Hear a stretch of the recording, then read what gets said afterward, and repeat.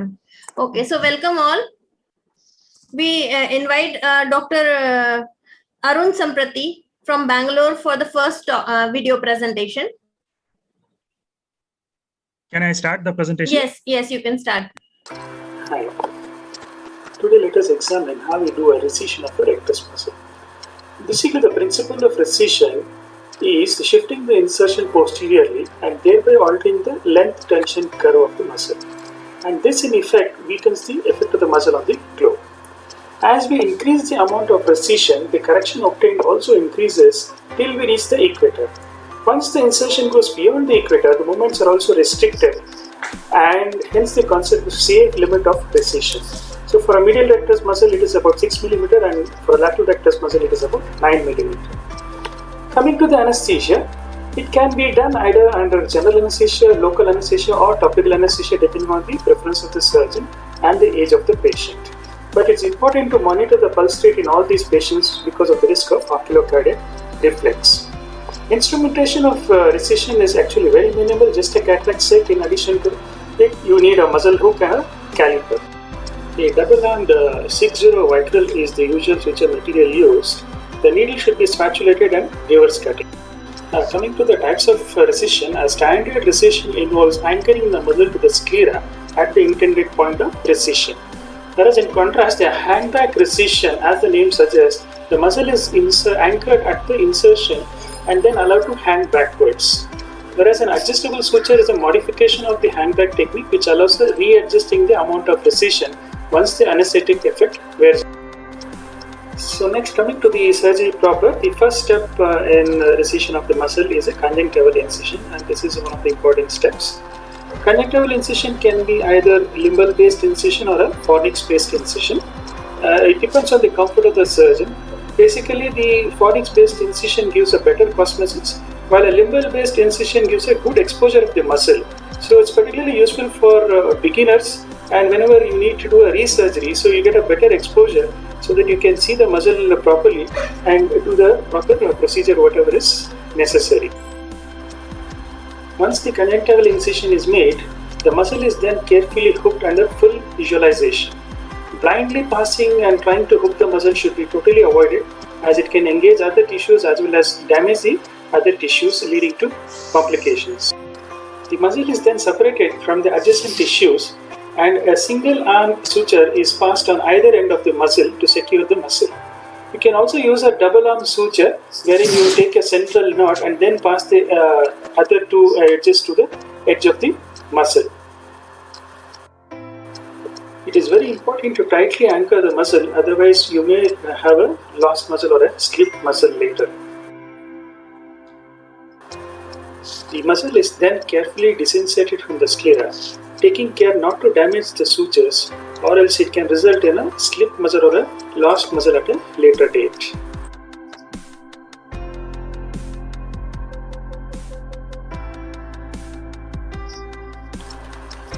Measurements are then made from the insertion or from the limbus to the desired point of recession. Next, the suture is passed through the sclera at a depth of about 0.2 mm and the length of the bite should be about 1.5 mm. Taking the scleral bite is actually the most important step in strabismus surgery, and hence it is preferable to do all strabismus surgeries under microscope to prevent perforation of the globe. If you go too deep, you are going to perforate the globe. On the other hand, if you take a very superficial bite, then there may be a risk of the suture giving way at a later date, resulting in either a slipped or a lost muscle. So hence it is always advisable to do strabismus surgeries under the microscope with a good visualization and with good illumination so that you don't end up accidentally perforating the globe. So once the muscle is secured, the last step but not the least is the conjunctival closure. This is very important because strabismus surgery is also a cosmetic surgery and an improperly opposed flap can give a very bad cosmetic appearance. So the flap should be very closely opposed and properly sutured, or you can also use a fibrin glue to close the conjunctiva. Complications of recession can be either a slipped muscle or a lost muscle, undercorrections, overcorrections, and sometimes motility disturbances. So in conclusion, the recession of a rectus muscle is a very simple procedure which can be mastered by any anterior segment surgeon, and it should always be the primary procedure of choice for all strabismus surgeries. Thank you.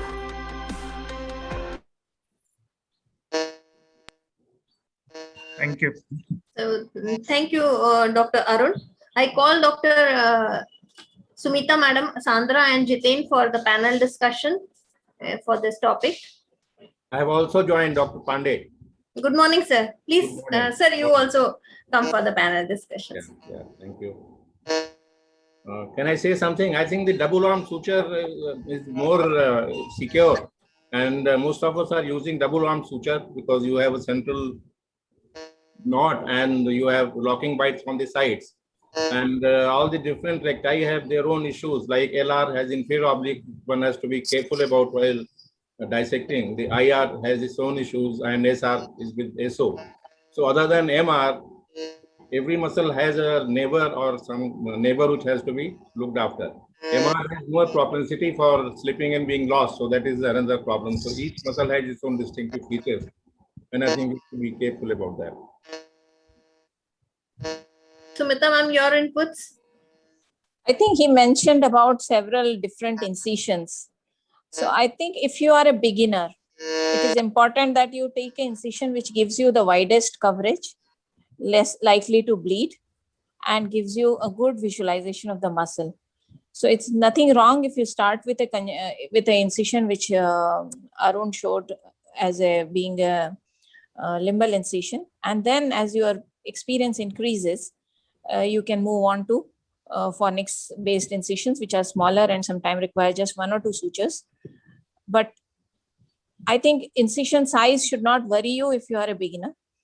Second thing, if you are doing a fornix based incision, it is very important to do, because it's a relatively small incision and visualization is not as good. It is important that you quickly do a pole test before you to make sure that your muscle is hooked completely, and then only proceed with the further dissection. And otherwise it's sometimes with so I think these are my 2 points about the incision. Ma'am, do you use cautery? I do use cautery. If your bleeder is going to affect your visualization, there's no point in holding back the cautery, but use very judiciously and very little, the minimum cautery which is required to just get rid of that bleeding. It's an important tool in adults. You can safely use drops to reduce the brimonidine drops to use the to reduce the bleeding. So 15 minutes before surgery, if you put 1 drop of brimonidine, it really helps you in cutting down the bleeding. So you need much less cautery in those cases. Of course, children, you have to check with your anesthetist before you use the brimonidine drops. So that is an important, very, very nice way of reducing your bleeding during surgery by using a brimonidine drops. Cautery, I'll just add to Dr. Sumita's. I'll just add to Dr. Sumita that children, I think brimonidine should not be used because it can cause profound CNS depression. Yes. I said that. Secondly, with the fornix incision, there can be sometimes misassessment of the muscles. So there have been reports where people have done inferior rectus in place of medial rectus when they are doing fornix incisions. So I agree with ma'am that for the beginners, it is better to start with von Nuden's limbal incision. And I have done that. Cautery, I have had no difficulty without not using cautery. I have had no problems. I don't use any cautery. Brimonidine drops, of course, you can use in adults, but in children, of course, you have to be careful. But I think cautery can be avoided. It just causes more thing. It would damage. Dr. Sandra, your input? Dr. Stan.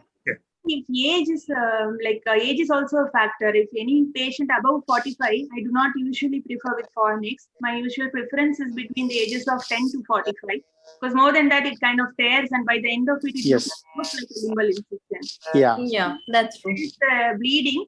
It is always, even if you start with a small incision fornix, it's better to convert it into a full fornix. If there is a lot of bleeding, the muscle visualization is not easy in a fornix incision. Those are my 2 points. Doctors, I am so sorry to interrupt. The time is up. Let's move on to the next presentation, please. Dr. Deepti? Dr. Deepti is there? Yes, ma'am, I'm there. I think you can start with the video. I think everybody can mute themselves. There's some disturbance coming. Just a minute. Just 1 minute.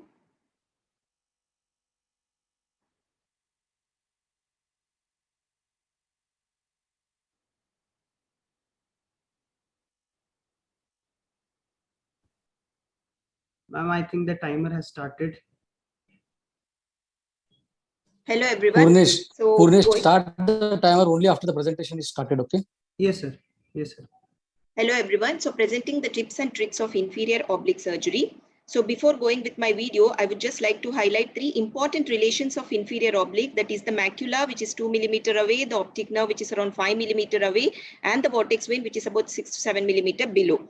So only when you know these things, that is when you can actually perform an inferior oblique surgery very safely. So before we go ahead with the surgery per se, this is my incision. So you can either go ahead with the limbal incision, as was already discussed, where you can actually highlight the lateral rectus, hook it around, and then go around and hook inferior oblique. Or as shown in this image, we can go ahead with a fornicial incision, where in the inferotemporal quadrant, we basically go around 7 to 8 millimeter beyond the limbus, and we hook the inferior oblique. So the most important point here to remember is that we should always hook the inferior oblique under visualization. The major important factor with this is that the 3 most important structures which I've already shown, which are surroundingly. So we need to make sure that we don't damage those structures. Beginners can hook LR and IR, make sure they're not hooking any other muscle inadvertently.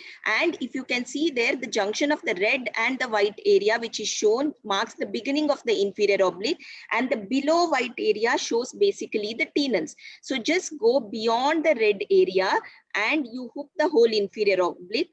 Look out for that triangular zone which is just present below the inferior oblique, so that we are very sure that we are holding the whole of the muscle tissue intact.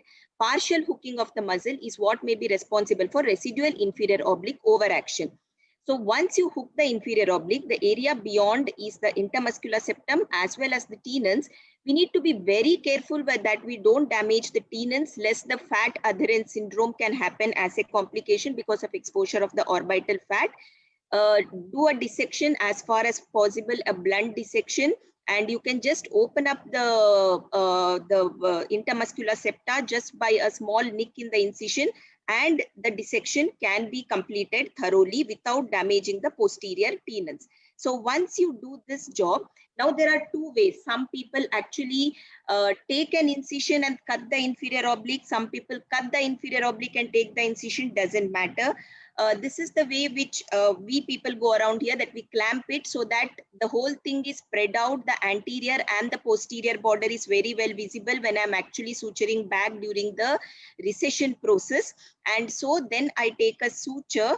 The point here is that the inferior oblique doesn't retract back. So you can even cut it and then take a suture.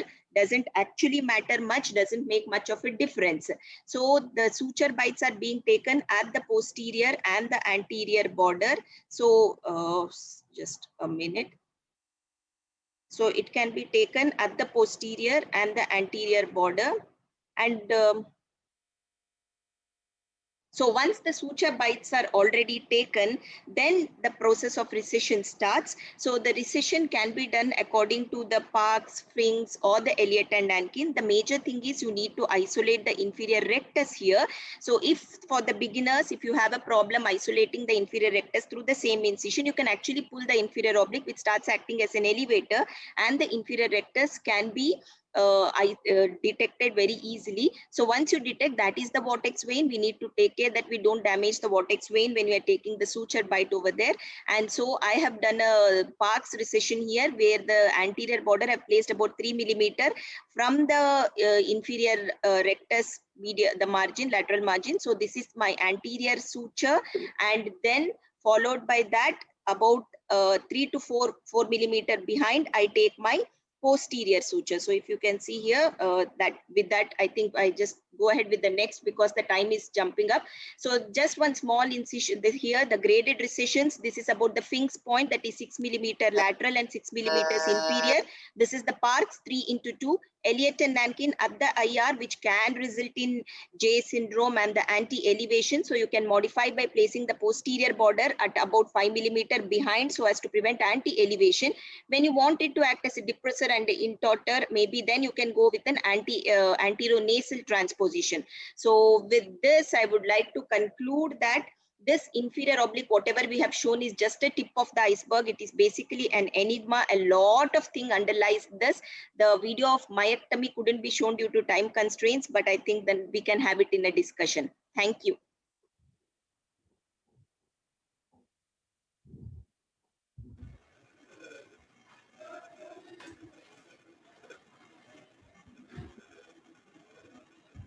Very nice video, Dipti. Thank you, ma'am. Very clear and everything. I think landmarks were very clear. So inferior oblique basically is a relatively very forgiving muscle. And that's why probably gets abused a little bit more than by the strabismologists, because it does not, but it can give rise to its own problems. If you don't do a proper dissection and isolate the muscle properly, you can have fat adherence. You can have a elevation, anti-elevation effect because of the scarring of inferior oblique. And probably it is important to choose which procedure to do for what, because there are several weakening procedures. You have shown recession, but there are people who do myectomy, there are people who do myotomy, there are people who do anterior transposition, then antronasal transposition. So each procedure has its own pluses and minuses, and but important thing here is to remember that proper dissection is required and can give rise to complaints if there is maybe some time later leading to anti-elevation and all. So dissection has to be very, very immaculate and very, very, very respectful dissection. And anatomical landmarks, which we need to remember, especially you pass the sutures after cutting, but there are people who would take the sutures before. So you must remember that inferior oblique insertion lies very close to macula. So probably it's safer way to do how Dr. Dipti did it, that you can first disinsert the muscle and then pass the sutures, because this muscle is unlikely to get lost even if you lose that clamp sometimes.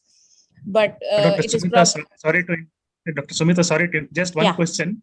Dr. Deepti, I saw she was taking the bites after putting the clamp in front of the clamp. Will it cause any problems like necrosis of the muscle where you have put the clamp? No, actually unlikely that it causes, but because clamps are not that, I mean, you're going to keep it for a minute, that's about it, not even for a minute, few seconds. But if you perforate the macula, it probably is going to, patient is going to haunt you for your lifetime. Just Dr. Deepti, I would like to add that most of the times when the mistake that the fellows or the junior people do is that when they pull on the inferior rectus a lot, sometimes the mark from the Parkes point itself is wrong. So you have to see the insertion correctly when you are marking. Otherwise, when you take your hook off, actually the inferior oblique is androized. It's almost androtransposition when you want a recession, a pure recession. So once you take off the hook from the inferior rectus, it is always better to confirm again once whether the inferior oblique is where you want it to be. Most of the times the isolation and everything is easy, but the real effect of surgery depends on whether you want to recess it or androtranspose it or where exactly you want to put it. So it may be less, or most often it is more. Sometimes I have to go to do a re-revision of it because it is too anterior to the inferior rectus is one. Secondly, whether have you noted any pupil anomalies or any ischemia because of too much traction on the inferior oblique while doing the surgery? A lot of sound is getting disturbed, I think. I could not hear clearly. There was some problem with the sound. The thing is, Sandra's mic is a problem. Sandra, just check. there was some problem, yeah, I couldn't hear. Yeah, even I could not hear. Actually, when you're doing to the Parkes point, there is some, we are putting it 3 millimeters, which will also anteriorize the muscle by about 1 millimeter. So it's important to keep, whenever you are doing surgery on the inferior oblique, are you anteriorizing or you are just doing a recession? Because there could be certain amount of anteriorization with that much of recession also. So that I think is important, because if you do ATIO, some anteriorization, it is going to have more effect and is going to affect torsion more as compared to a pure precision. So if you want to more effect on torsion, then you need to do ATIO or ANTIO. Otherwise, and these are stronger procedures. Thank you, sir, for your expert opinion. I call Dr. Jiten for his next video presentation on congenital cataract surgery. Okay, so I will just share my screen.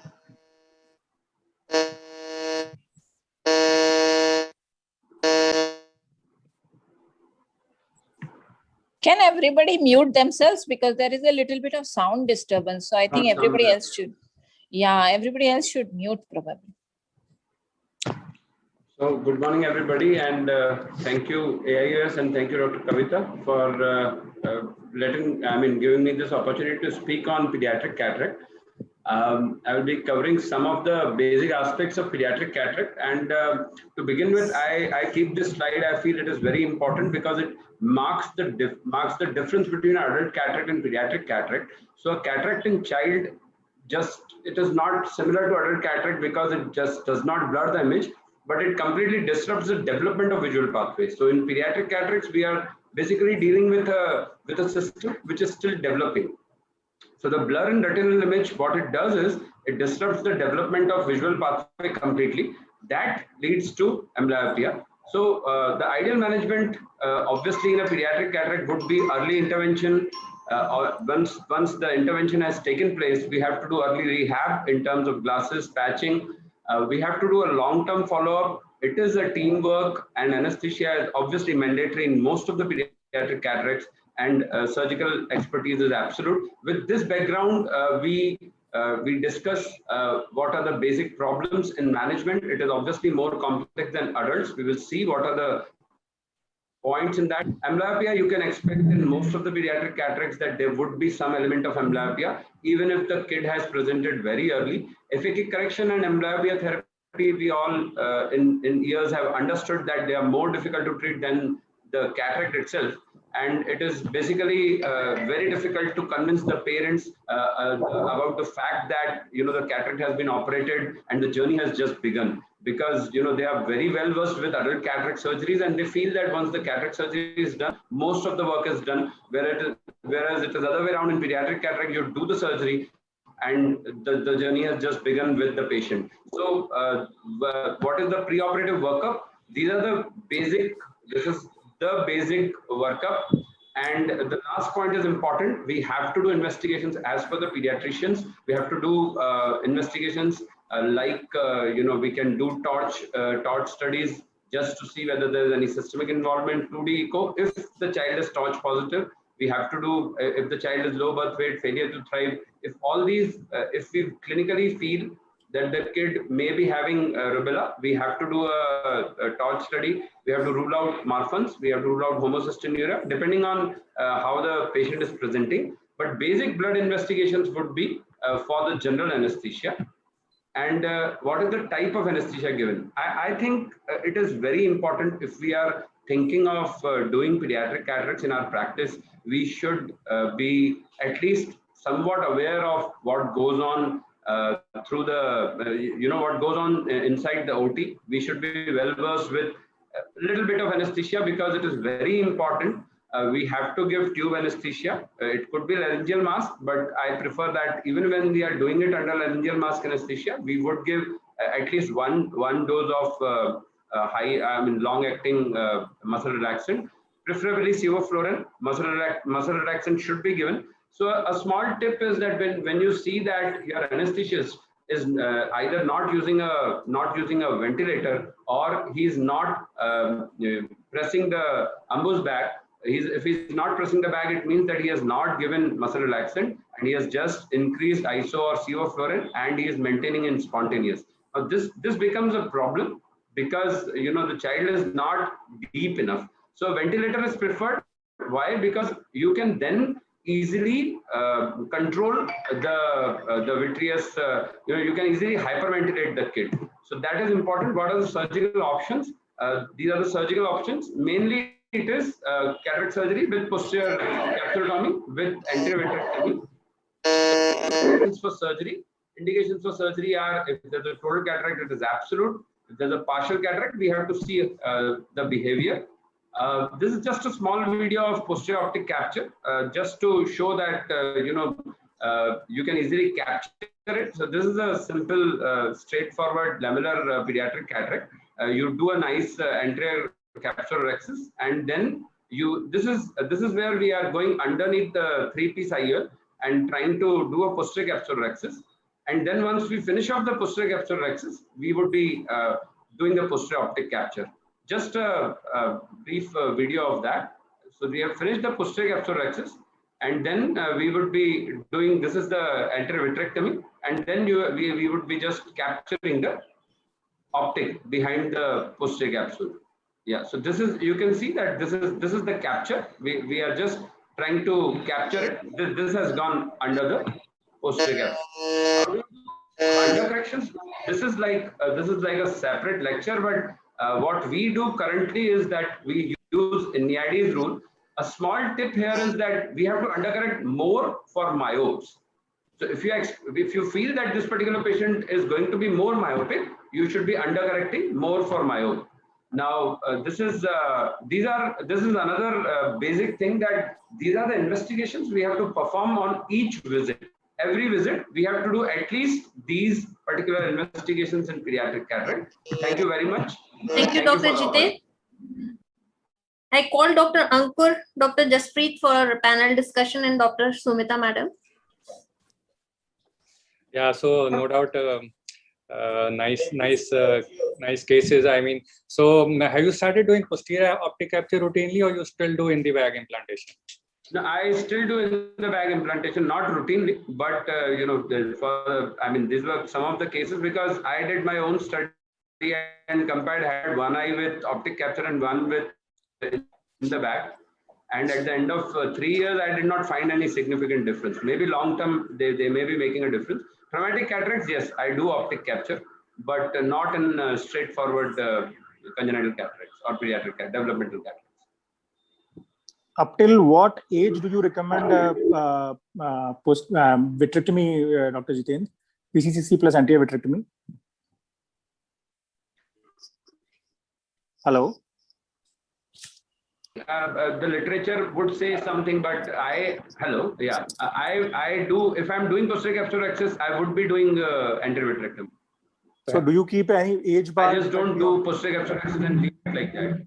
No, I'm just asking you, do you keep an age bar? Like if at what age, till what age would you do PCCC plus anterior vitrectomy, and without that you would leave it?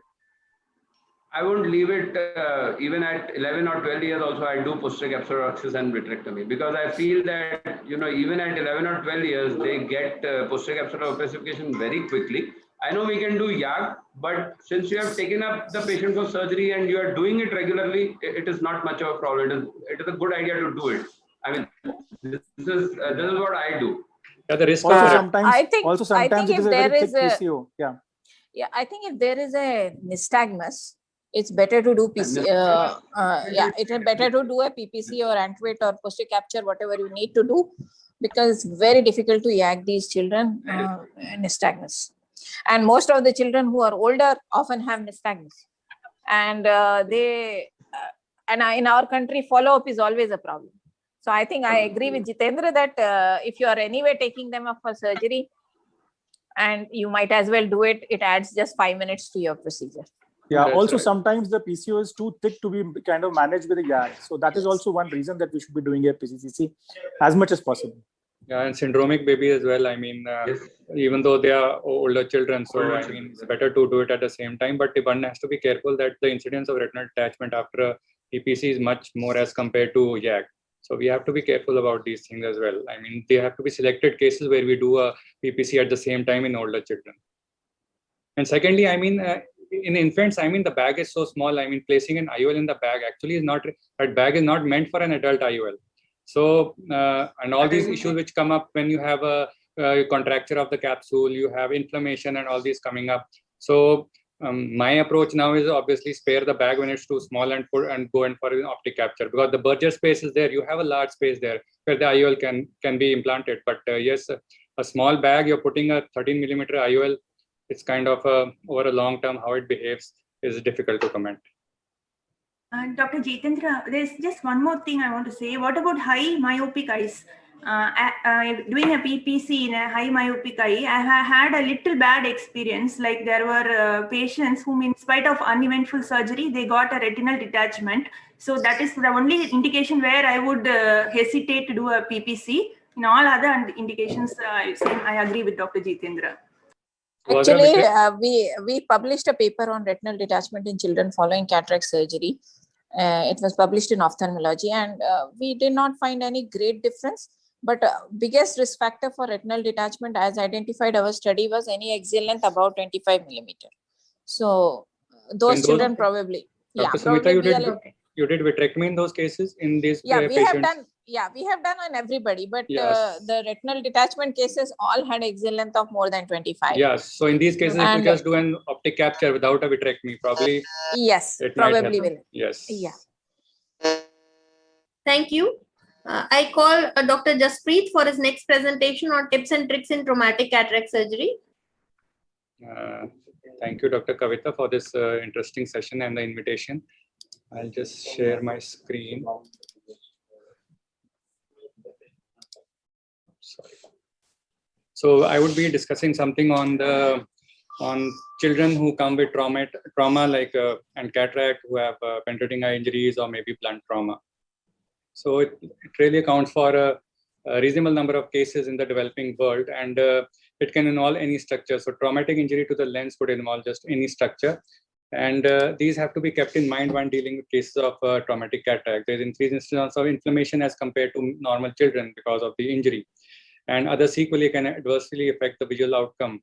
It's an embryogenic age group, and we need to be careful about this and planning our surgical intervention.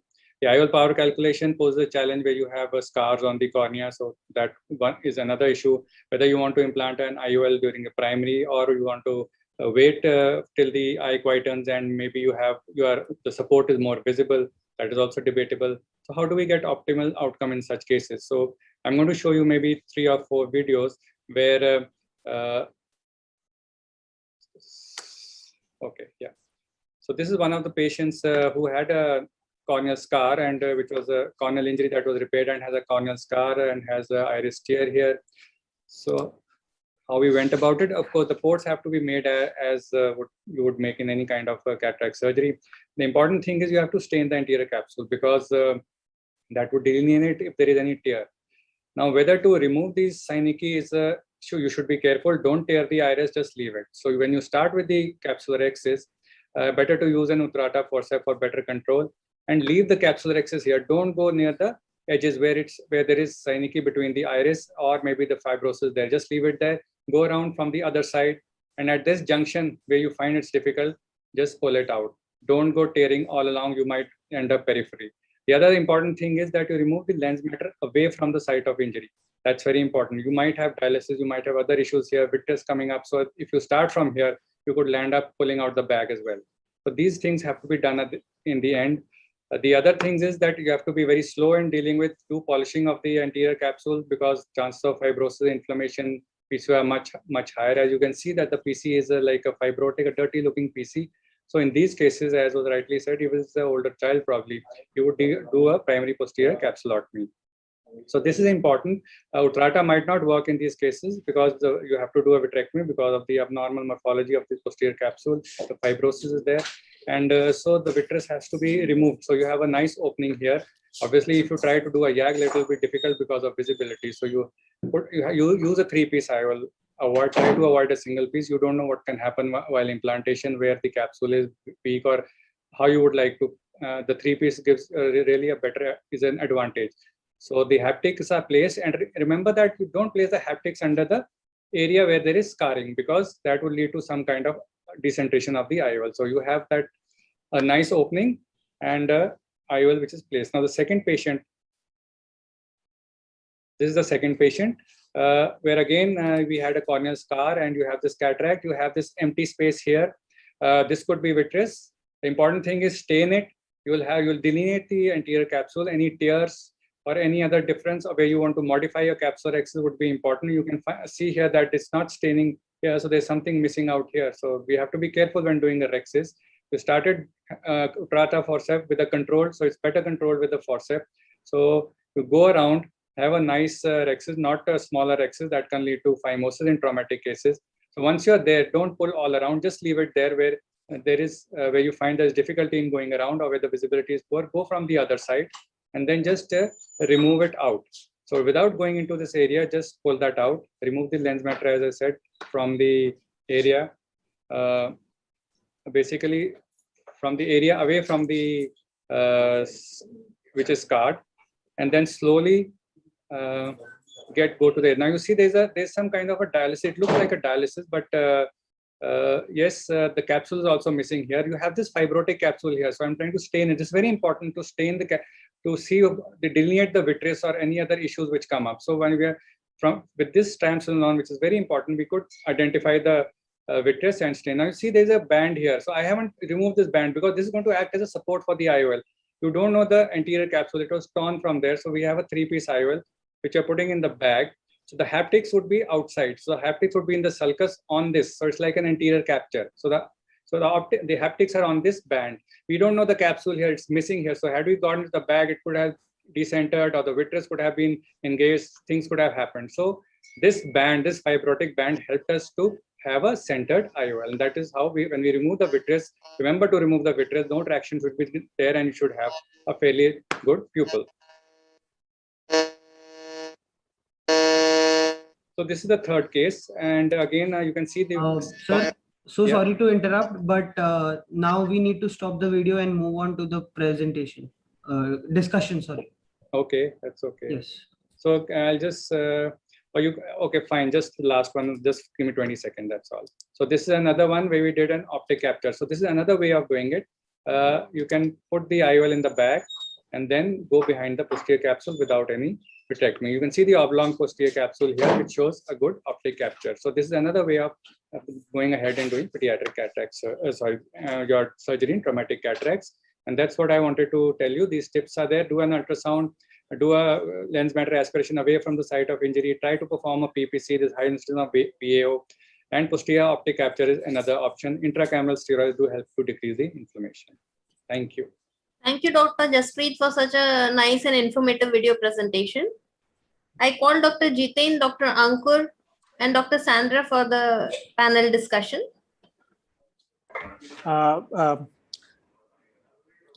Dr. Jaspreet, do you give a time gap between the injury and the cataract surgery? Because I find sometimes people just jump in with the repair of corneal perforation and doing a cataract surgery at the same time. Absolutely. I mean, if it's not a ruptured lens or something, yes, I would wait. But yes, if there's lens matter in the AC or touching the cornea or kind of basically causing secondary glaucoma or severe inflammation, that is indications. Yes. So that's what the people want, early cataract removal, but that is not a good idea to do a cataract surgery in the same setting. We should wait for the repaired perforation to get in proper shape and then plan for a cataract surgery. Yes, but you remember to keep the age in mind. If you have a 1-year-old versus a 7-year-old, I mean, that's a your intervention has to be much earlier. Yes. So how long do you wait? So basically, we have to wait for the eye to quieten. So if it's a young child, probably I would intervene early. I mean, whenever I find that it's maybe within a month or so. But usually I would wait for maybe 3 months or so let the eye quieten down. Otherwise, but be careful. Other things are okay. I mean, keep a regular follow-up for these children. Okay, thank you. Also, I think the DBR becomes a problem if there has been a suturing done. You don't get a good IOL power calculation if there is a fresh suturing which has been done. So, if there is a wound, then probably you have to worry about that also to get a good DBR. That's right. Jaspreet, what about the astigmatism? Do you do anything in particular for the astigmatism associated with these?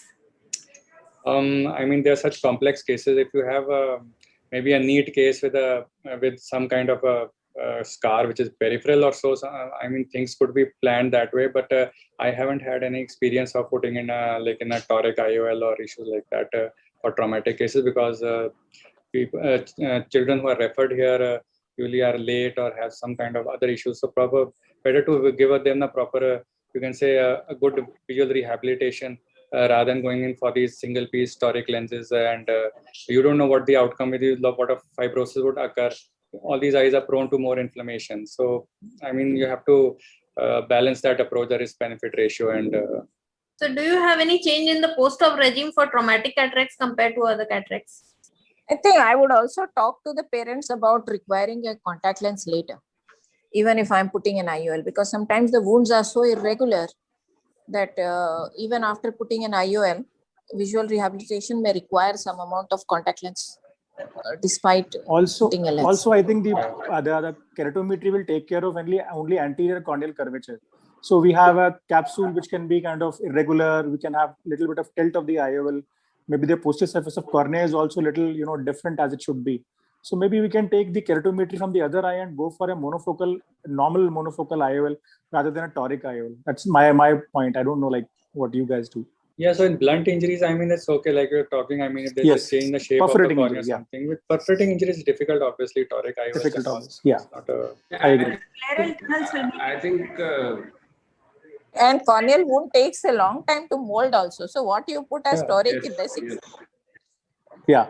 I think most of the pediatric ophthalmologists are into optical rehabilitation, and all these, premium hi-fi IOLs. None of us. I don't think that most of us put these IOLs because we know that we are dealing with an eye which is going to change over a period of time. So we are not absolutely sure what is going to happen, and every time you go inside the eye, you need to give a general anesthesia. So these are not, we are more into if the child is having a surrender of -2. And if the child is able to see 6, we are happy. We are not so touchy about him not wearing glasses. Yeah, I haven't had the experience to put a toric in a traumatic cataract. Yeah, me too. Me too. Don't put a toric in the traumatic cataract, especially the perforating injuries. Yeah, so we also don't put, sir. We also but don't. this is what we come across in the practice when the people come to us. They have been advised all these things. So I just wanted people to carry home the message that these things are not proper kind of things. Thank you, Dr. Ankur. I called Dr. Ravi Ranjan for his next video presentation on probing and pediatric cataract surgery. Thank you, Kavita. I'm sharing my screen.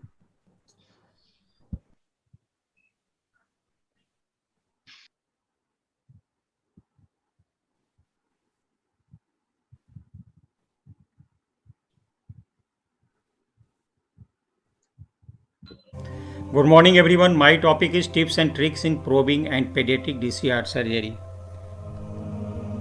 I have no financial relationship to Dikilia. During this COVID period, I use a light source for probing, that is face shield, light source, and this is battery, and it is battery operated LED light. And the most important thing is to stabilize the child. Child below 1 year, if probing is necessary, I do not use any anesthesia. Just sedate the child, and my staff is showing how to stabilize the child. I use smart probes because very little time we have, and we have to probe and syringing both. So you can Ticlofos syrup I use to sedate the child. If we need general anesthesia, then for infant under 12 months, child should be fasting up to 6 hours before the scheduled arrival time. Formula fed baby may begin formula before 6 hours and up to 4 hours before breastfed baby. 4 hours should be fasting. For all children up to 12 hours before the scheduled arrival time, give them clear liquid. And in the 2 hours before scheduled arrival, give nothing to eat or drink.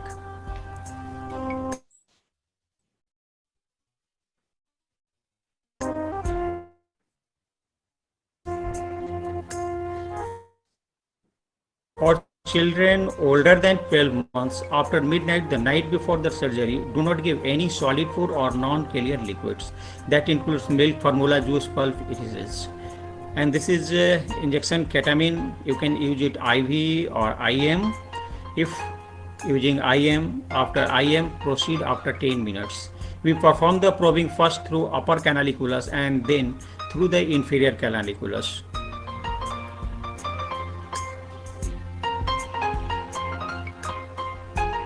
A lacrimal probe was passed first vertically into the lower punctum and the lower lead was then put laterally and the probe was subsequently made horizontal like this.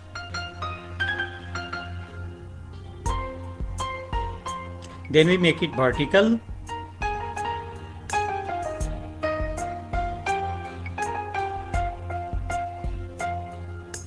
A gentle force is used to break any fibrous band adhesion membranes at any point in the nasolacrimal duct, including its lower end.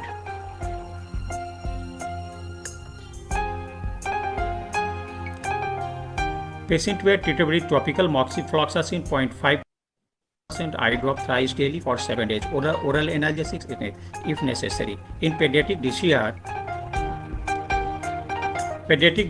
may by any route poses a unique set of challenges owing to the anatomical factor and anatomical and healing factors. Achieving a good hemostasis in lower nasal cavity has a bearing on intraoperative comfort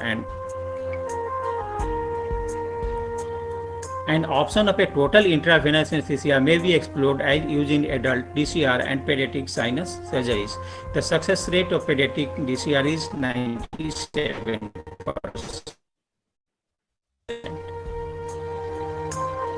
The cases of abnormal bony anatomy or long-standing dacryocystitis with extensive scarring, the transcutaneous approach to a DCR is indicated. Better to avoid DCR in infant before 2 years of age. Potentially dangerous complication to pediatric DCR is excessive perioperative and post-operative epistaxis. And the blood volume of the children are very less. That's why it may pose a dangerous problem. And nasolacrimal intubation performed as a joint procedure is quick and relatively complication-free. And the correct tensioning of the tube is necessary to avoid cheese wiring through the puncta or tube prolapse from the puncta. And the current practice is to remove the tubes after 6 weeks.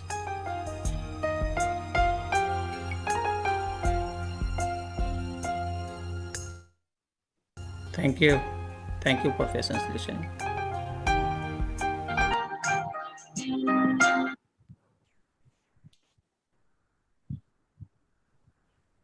Thank you, sir, for such a nice presentation. I asked Dr. Ishan Acharya for his expert opinions. Is he there? Dr. Yes, Ishan is there? Yes, Yeah, I'm not able to Doctor. see. My video is on, Kavita. Okay. Thank you. Yeah, thank you for inviting me. Just to start the discussion, I have never done this probing under just the hold anesthesia.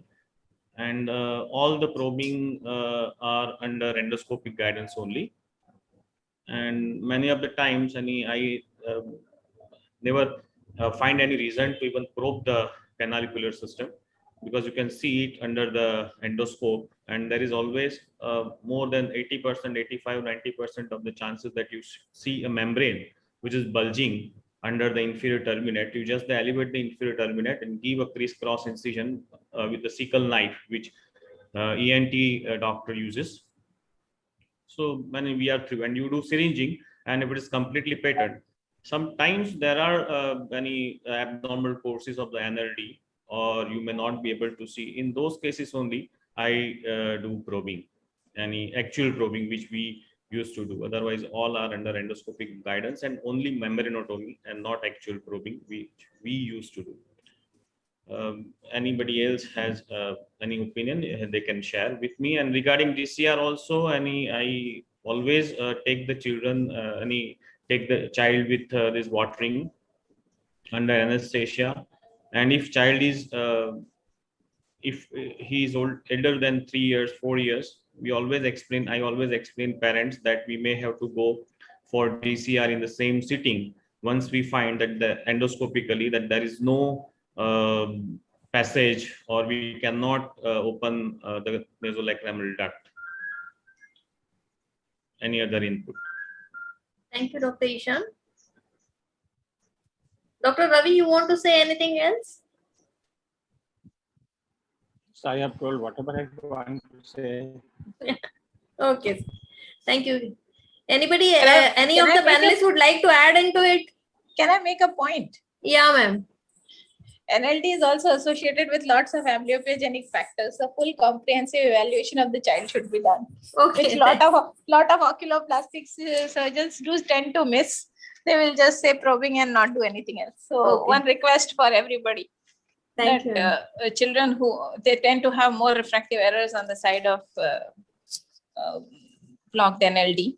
And there are several papers from all countries on this, and almost everybody has found a slightly higher incidence of amblyopia-genic factors in terms of anisometropia, strabismus, and refractive errors. Message taken, ma'am. Yeah, so a request to all those who are probing, please do a cycloplegic flash and also do a squint evaluation and Yeah. fundus evaluation. I think that's a good point you brought in, Dr. Sumita. Yeah. Yeah, I because a agree lot to of times probing is done and then baby is left. And we That's found 20% in our paper. In 104 cases, we had 28 patients who had amblyopia-genic factors. So it was published in IJO also, Yeah, and I think it is something which a lot of people who don't deal with children or deal only with probing syringing often tend to overlook. So I decided to jump in and say that. Thank you. Thank you, ma'am. Sir, ma'am, can I just ask, sir, Ravi sir, I had a small doubt. You had that probe to which a syringe holder was attached. Have you done it or is it available anywhere, sir? Yes. Yeah, it's a smart probe and it is available with any manufacturer from Calcutta basically. I think Ankur Metals make those smart probes. Yeah. Ankur Metals, okay. So it was Eugene Halveston who was, and Sherwin Eisenberg, I think those were the guys who started using smart probes. You can look up for Dr. Milan Killera's video on YouTube also. Sure. I'll do that. Sir. Sure, ma'am. Thank you. Thank you. Now I call our next presenter, Dr. Shahiban Sabrewal, for her presentation on trab with trab surgery in pediatric age group.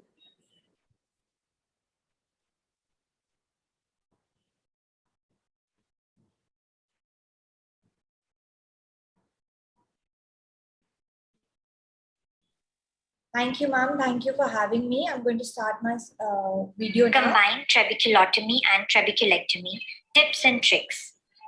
Combined trabeculotomy with trabeculectomy is the surgical technique of choice in primary congenital glaucomas in Indian pediatric population, owing to more severe disease compared to Western pediatric population.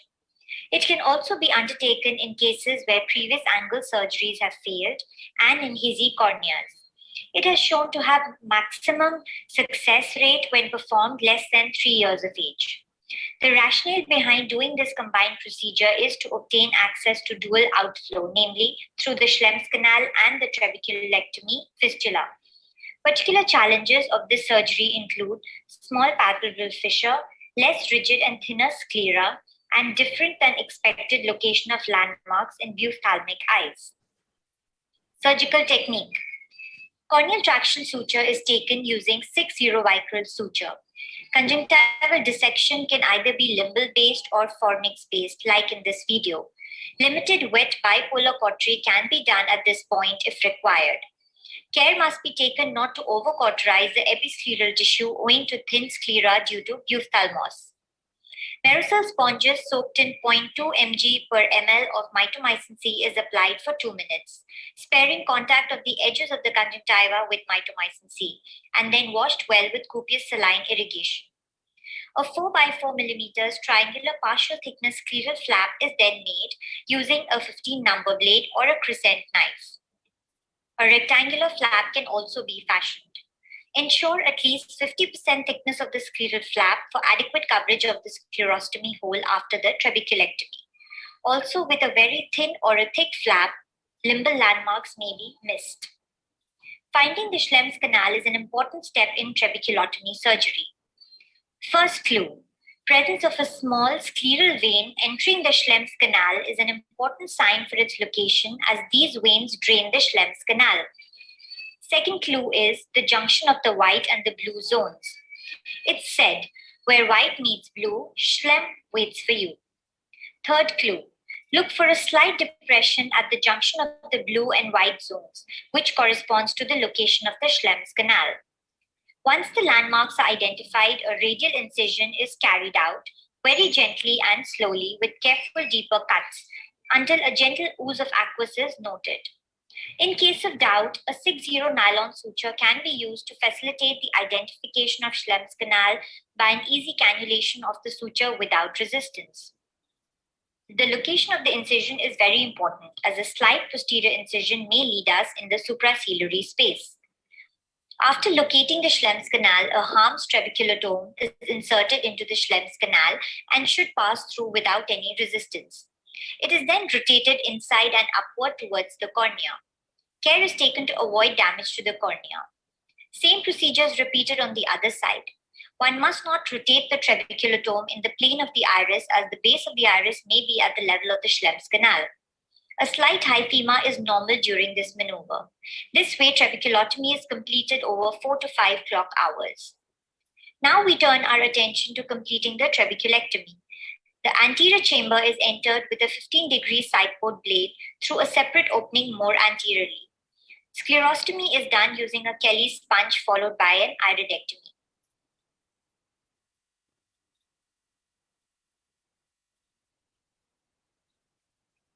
The scleral flap is then closed using 10-0 nylon sutures and knots are buried.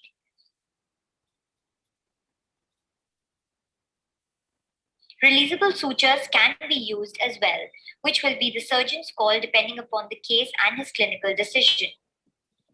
The overlying conjunctiva is then closed using 9-0 vicryl suture, ensuring a watertight limbal closure.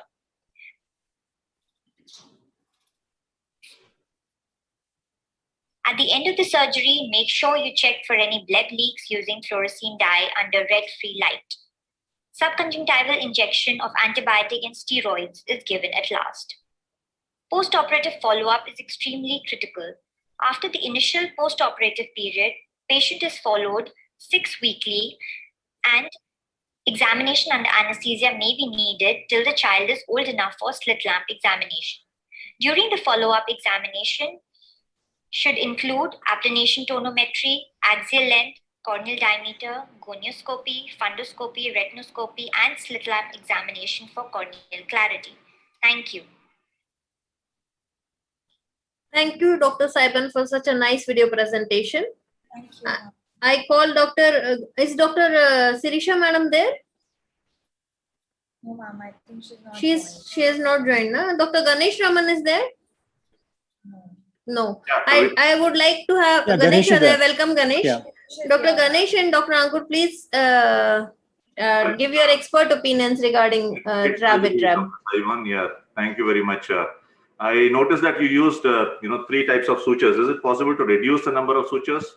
You had a 6-0 for the the number of corneal traction. Yes. Corneal traction, and then you had a 9-0 for the conjunctival closure, and then a 8-0 for the 10-0 for the flap. Why don't you use a 8-0 for both closure and the traction suture? Is it possible? We can, sir. We can. In fact, a 10-0 nylon suture can also be used for closing the conjunctiva. The only issue is that with young children, you may not get them back for a removal, or in case of a loose suture, we don't, and especially with kids like these, when blebitis, endophthalmitis is such an issue, you don't want an added suture related infiltrate in them. But clearly, an 8-0 vicryl can be used for both. And what do you discuss with the anesthetist when you are doing the surgery? Do you give him any instructions? Yes, sir. So initially, when the EOA has to be done, we make sure that as soon as the anesthesia is being administered, the first thing we do is take the IOP with a Perkins tonometer.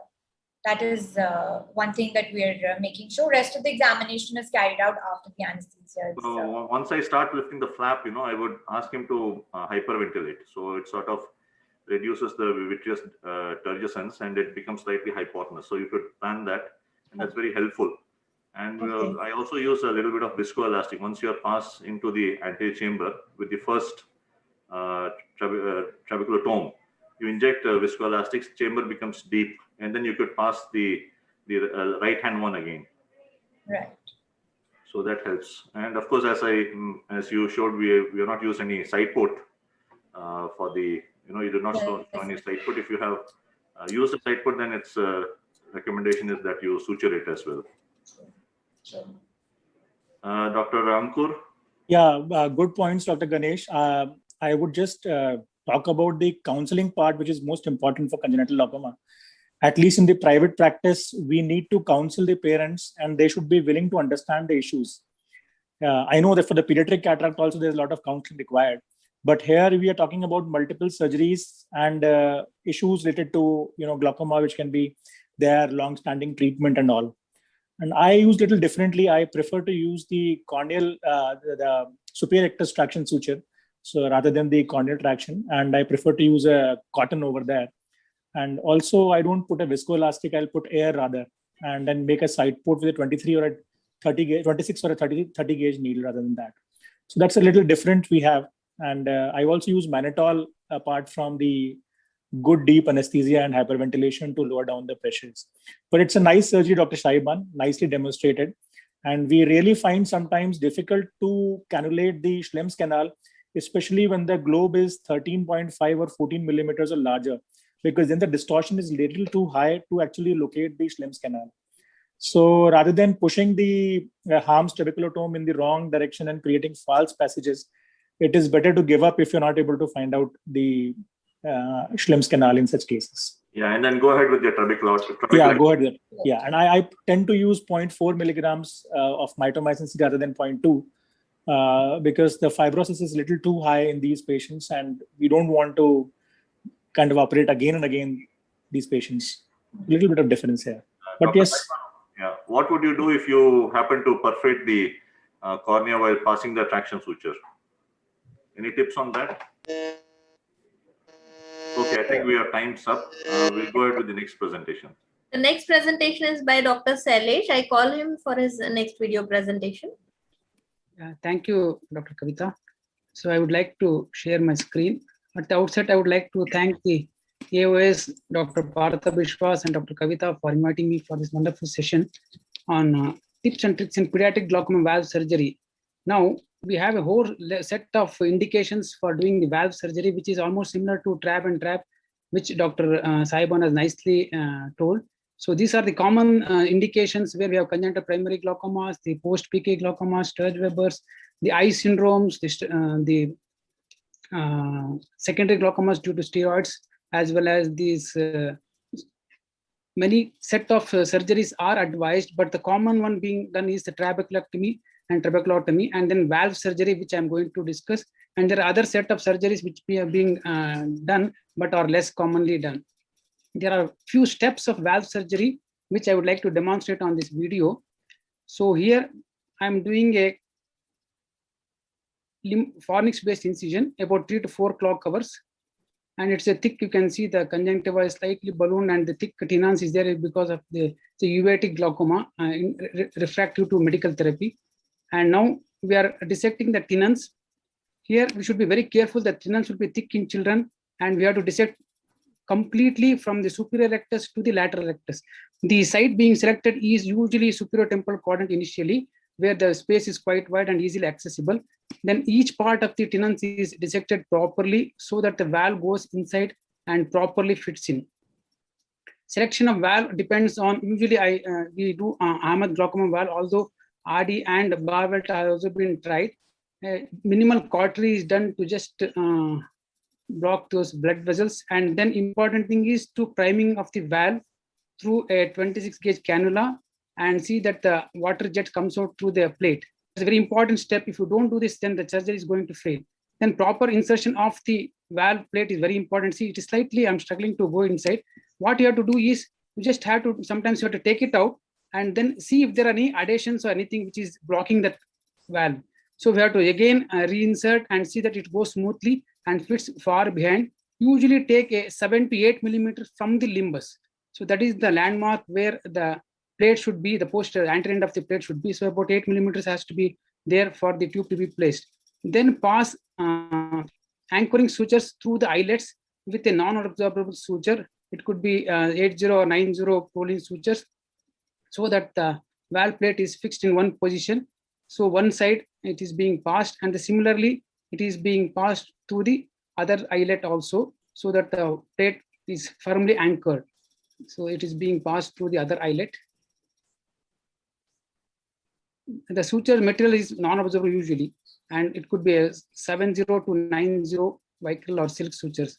Now, second part is that we have to mark the distance from limbus to the posterior plate of the valve. Then taking care of the tube. Now we have to hold the tube in position to the sclera. So we pass a stray suture. It could be an infinity shaped or 8 shaped, where the tube should stay in the on the sclera without movement, and it is gently tied here so that the tube movement sideways is avoided.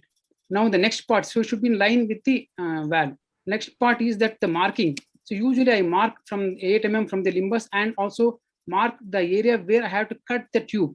So it should be at least 2 to 3 millimeters tube area that should go into the anterior chamber. In children, I preferably leave small amount of extra tube because of the growth of the eyeball. It will always slightly recede. So you mark with a junction violet or whatever marker what you have, so that we know precisely where to cut.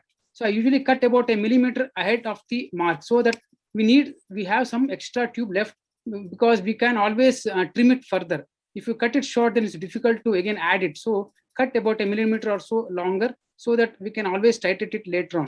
So after cutting the tube about 3 millimeter, then you can mark, mark that tube length, and then use a 23 gauge needle, and you should go in 1 or 2 swipes itself, and don't make a sideways movement, because enlarging this entry point will always lead to a fluid escape afterwards and cause hypotony. So just go inside in 1 or 2 sweeps and then take it out, and then use the forceps meant for the tube.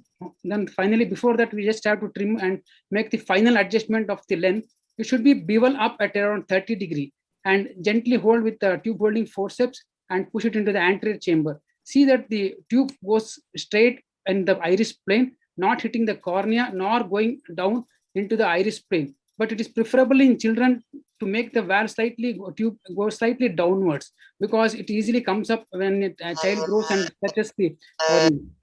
Now, after passing this one, you see that the alignment is good. Now we have to close the exposed tube with scleral patch graft available in the eye bank.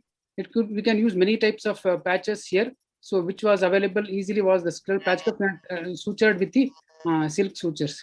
Now, after thorough washing and looking at the alignment and the tube position, you finally close the conjunctiva with the wing sutures. First close with the 80 Vicryl sutures, observable sutures, and both ends tightly put. And sometimes we may have to use additional sutures also to see that the suturing is quite watertight also. Then remove this. Sorry to interrupt, but the time is over for the video. I would request you to please just 5 seconds. The discussion. Yeah. Then the last one is the priming of the tube was very important here, as I told you. So you have to see that the priming is done. Then another way of doing a scleral patch is by the autologous scleral patch. We can fashion from the patient's eye itself and lift it, and then the rest of the surgery proceeds as per the previous surgery. And see that I visualize the L tip of the valve and close the scleral flap, and proper closure of the conjunctiva is very important here. And the rest of the things Dr. Saibon has nicely told, they will be the same. Thank you. Thank you, Dr. Sailesh. I call Dr. Ganesh and Dr. Ankur for their expert inputs. Dr. Sailesh, what was the age of this patient? You said it's a uveitic glaucoma. Yeah, it is around 3 years. 3 years, okay. Fine. 3.5 maybe here. You can even use a smaller FP8 model. Exactly. FP8 is usually preferred. But nowadays, about 2 years or so, the people use, or we tend to use the same size glaucoma because of the nature of the patient's age. It keeps on growing, and that is the reason. And of course, I would like to share your experience about you people do a lot of RD also. We are doing more RD, and of course, we do also AGV, but not to the extent of doing RD. We sort of, for both the RD as well as AGV, I do try to find out the muscle planes, and it just gives you a good practice. So whether I do AGV or RD, I try to hook the muscles, see that's isolated. And personally, I do more of a limbus based flap for all my implants. I don't do a Fornix base. I've stopped doing almost 7-8 years back. I stopped. Okay. So Limbus base gives me very good access to the muscle Right. planes. Yeah, Very posterior accessible. place, And the only I start inserting the tube almost 8 millimeters behind the limbus. So what happens? All the structures are just in front of me to operate, suture, tie, and 4 millimeters short of the thing. Short of the limbus, I just introduce the. One small thing about I routinely do trab and trab with this limbal based only, but in this valve based surgeries, about 8 mm behind, if you make an incision and all, the valve edge, that is the constant tension with the wound side. That is one small thing. The one advantage of that is you can place it even few millimeters behind. So you are 8 millimeters away, okay. 9 millimeters, but I place the valve almost 12 millimeters away. So the Okay. flow is really posterior. The RD has a longer tube than the Ahmed valve. Ahmed valve, yeah. So you should be really a good squint surgeon to expose all the muscles, hook the muscles, and then put the proper place. And that is because I have seen the tendons acts like a spring; it keeps pushing. So proper dissection of the lateral and the superrectus and proper position is very important. Important, correct. I think there's a slight difference here, Ganesh. Like Adi is more flatter as compared to AGV. So the profile of AGV, correct. Yes. So when you do posterior sutures, I mean the limbal based flaps, you may not be rubbing against the plate so hard as you will place it by rubbing against the AGV. AGV, correct. Also, Adi needs a more exposure as compared to AGV because I've done both of them. Not many in children, but more in adults. So, AGV doesn't require that much of dissection. So maybe AGV from the limbal incision is a better option, and ADI from a limbal based flap or a Fornix incision is a better option. My thought process. Yeah, definitely. But with practice, I've been able to do that. I just wanted to know, like, do you place the tube always in the anterior chamber, or do you try to place in the sulcus also? Yeah, sulcus can also be tried. See, the different schools of thought. Like people do a small iris hole and pass through the iris hole in the sulcus and pass it in front, or they place behind, especially in pseudophakics. And you can go behind the like about 4 millimeter, make an entry and stuff at the limbus. We can do that, but by far I'm getting away with in the anterior chamber entry. Just for the delegates who are listening, there's a new publication AJO in which they give mitomycin C 1 week and 80 weeks. So you should look into that. Thank you very much. Thank you, the panelists and the speakers for giving your valuable time. I request Punish, can you have a photograph of the session with the speakers? Yes, and doctor. the panelists? Yes, doctor. I would request everyone to turn up the cameras. I would just add up that, it's better to go behind the iris or maybe using the PI to go behind the iris, at least in the pseudophakic patients. Because with the movement of the eye, the tube does touch the cornea in a lot of patients. That's why pediatric always go in downwards towards the iris or make it open, especially in children. Especially in children. Doctors, everyone smile, please. Fantastic. I'll forward the photograph to Dr. Amit Porwal, and then you can take it from him or Dr. Priyam. Okay. Thank you. Fantastic. Thank you, Thank you. Punish. Thank you, Kavita, and thank you, Thank Dr. you. Partha. Nice Yes. Such a nice Special and thanks to interesting session. Yes, special thanks to Dr. Partha sir for asking to moderate this session, and the session was really nice. I suppose everybody participated very nicely in this. No, one appreciable point is timing was immaculate and moderation is very good. Your helpers are also doing great job. Nice. Thank you. Thank you. Thank you. Thank you, everyone. Thank you so much. Here I conclude this session, and we have another session which is starting at 11:30. Till then, just make sure that we hydrate ourselves and stay in front of our screens for the next session, and also stay safe in this pandemic. Thank you. Thank you. Thank you. Thank you. Thank you.